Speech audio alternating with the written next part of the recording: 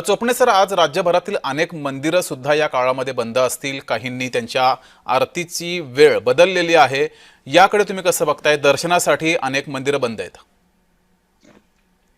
एक जे लोक धार्मिक लोक आहेत हम्म. किंवा जे लोक धर्माला मानतात आणि आणि त्यांच्या ज्या श्रद्धा आहेत, ग्रहणाच्या बद्दलच्या ज्या श्रद्धा आहेत, हम्म. त्या श्रद्धा जे लोक मांडतात असे लोक निश्चितच या घटनांपासून दूर राहतात आणि मंदिरामध्ये जात नाही, घरी कुठल्याही प्रकारचं अन्न ग्रहण करत नाही. म्हणजे विज्ञान युगामध्ये आपण राहतो, पण विज्ञान युगात राहत असताना इतका मोठा आपण अभ्यास करत असताना हम्म. सुद्धा अशी 90% लोक अशी आहेत की या ग्रहणांना मानतात. त्याच्यामुळे मला वाटत नाही की आम्ही एवढं प्रसार करतो, विज्ञानाचा प्रसार करतो, पण हे चालूच आहे. हम्म. याचा काहीही परिणाम होत नाही.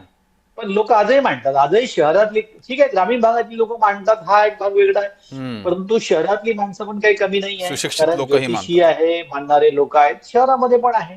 आणि ते पण अशा प्रकारच्या घटनांपासून दूर राहतात. आम्ही स्वतः दरवर्षी जेव्हा जातो, देशभर फिरतो, तेव्हा हम्म. आम्ही पण पाहतो की लोक असं मांडतात. किती आपण सांगितलं तरी त्यांच्या मनावर त्यांचा परिणाम होत नाही. पण तो वैज्ञानिक दृष्ट्या या गोष्टी कुठल्याही प्रकारच्या खऱ्या नाही. या बर सर्व अंधश्रद्धा आहेत. बर